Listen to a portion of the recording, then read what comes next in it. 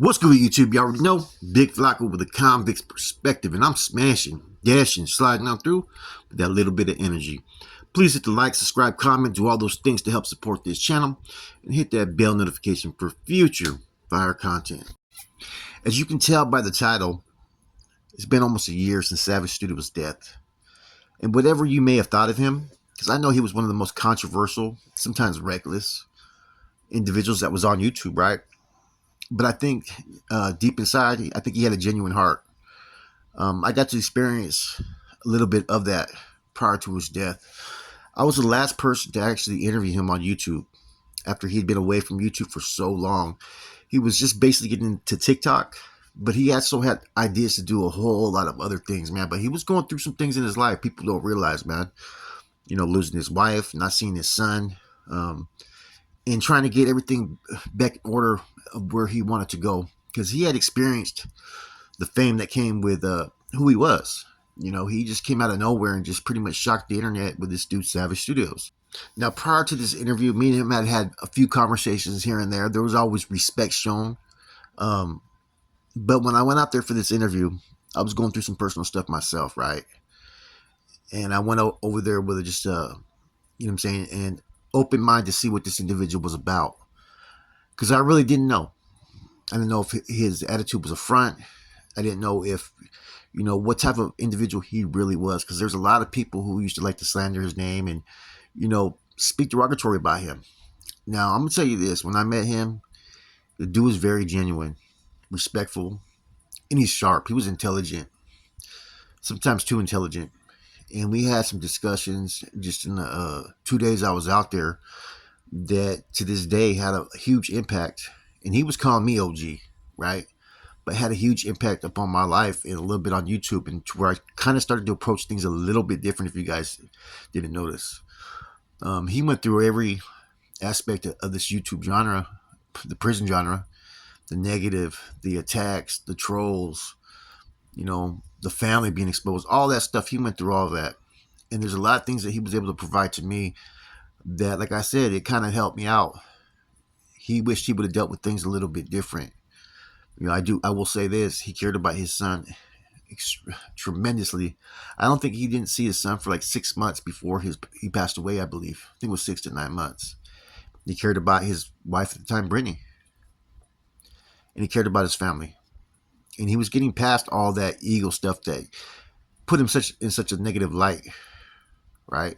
And here we are a year later. Like, I think that we gotta recognize the importance of life, and that we don't know what an individual may be going through in life.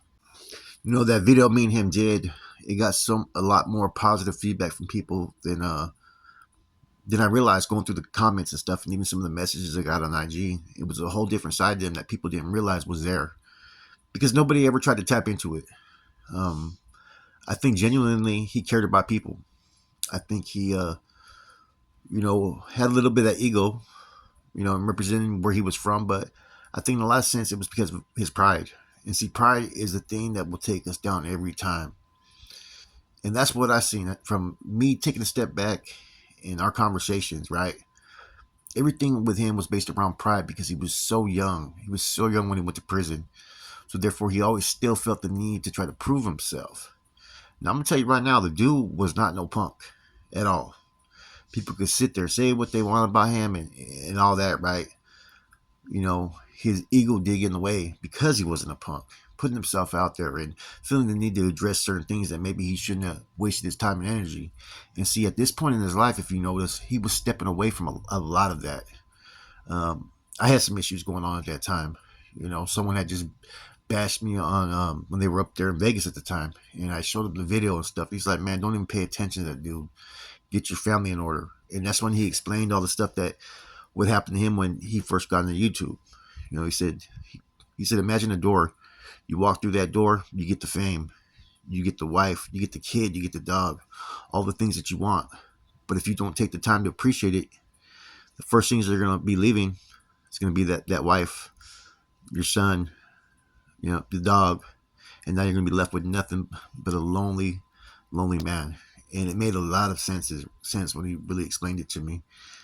And you know, YouTube could be hard for a lot of people, And I think that he realized he made a lot of mistakes, and he was really wanting to kind of rekindle the tension that he once had. And he was liking the feedback that we got from that video. There was people that came out of the woodworks who used to really not like Savage, that when they seen that video and they seen him, hope and pray for, positive things amongst the Raza, no bloodshed, people started to appreciate him as being a totally different person. Now, don't get me wrong, he had many faults, but who doesn't? We all do. And around that time, man, I'm telling you right now, and I'm going to be posting some of the screenshots between me and him, we were going to work on every 2 weeks getting together and doing certain segments like that, certain videos, because I said, look, man, I go, you got the platform as far as the past. People want to hear what you have to say, even when they don't like you. But seeing this different side of you, I think it could be more impactful in helping people. I go, I got verbal skills. I can spit this shit all day. I told him. I said, look at the feedback we got from this one video we did together. And there was a plan. Every 2 weeks, we're going to shoot like 2 videos, one for his channel, one for my channel, and get something going, get some traction. He wanted to revamp himself, which is kind of hard. Once people already have a certain image and they've casted you in certain light, it's kind of hard to change that. But he was going to try. And see, that's why he stepped away from YouTube. I think in so many words from discussing things with him, he realized that he became consumed with YouTube. And that's what he was, showing me from his, from the discussions we had. Like I said, we sat there fucking in a bar, chilling, talking, chopping it up, man. And he's a real dude. He's a real individual. I think he really has a lot of heart. And I think that he has too much heart that used to affect him what people used to say about him, to the point to where he would get defensive. And so, I mean, as viewers and content creators, we hold a little bit of responsibility.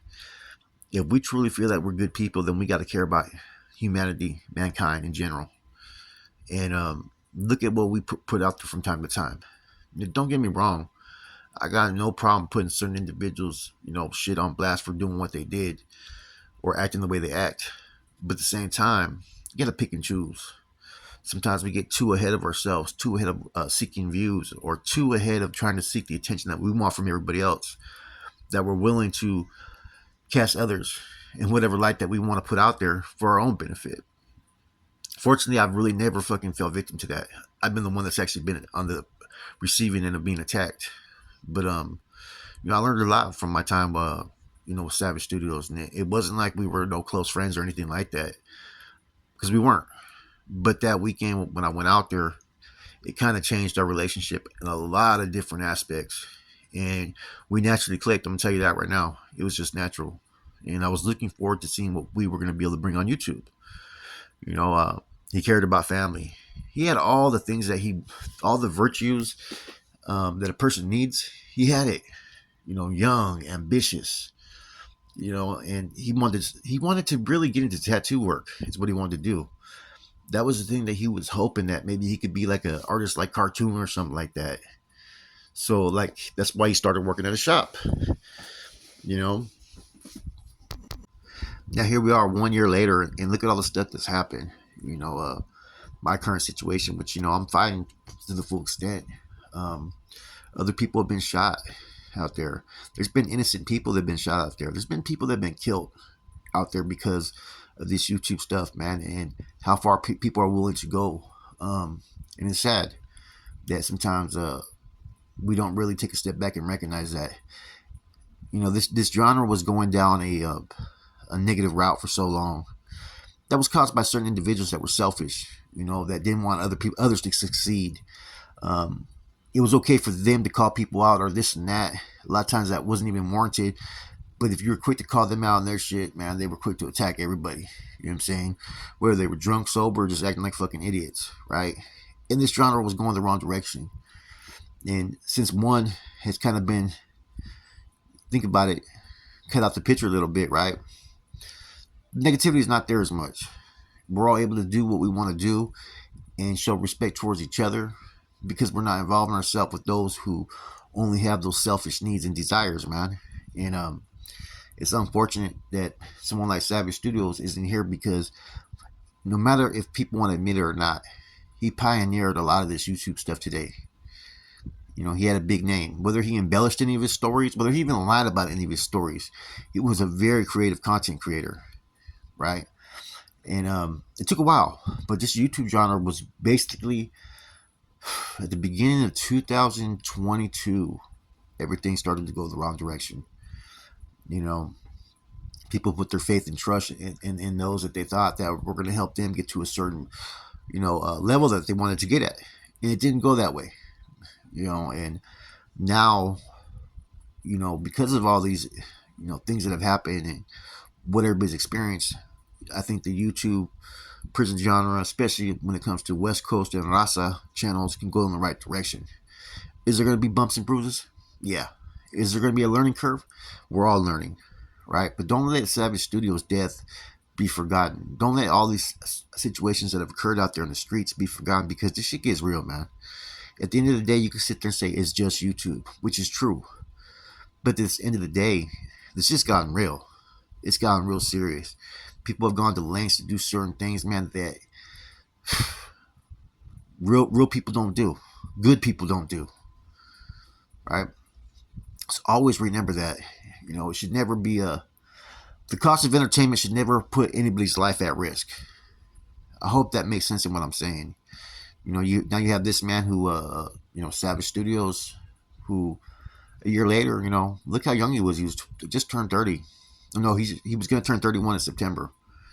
Young baby, a wife that had just, struggled with their relationship with all the social media attention, and I can only imagine what she may have went through during all this, man. Because people, they're basically fucking snakes out there, man. There's people that want to sit there and see people like Savage fail. They want to fucking fuck up their marriage. They want to fucking, do all those things to cause chaos. And it's up to, those, whether you're on YouTube or, you have relationships out there, it's up to you guys to sit there and be strong and not let the things affect you, because there's people that are going to try to tear you down every fucking day. Every day, no matter what. And as much as you try to safeguard and shelter and protect your loved ones, they're still going to find ways. It's just in their nature.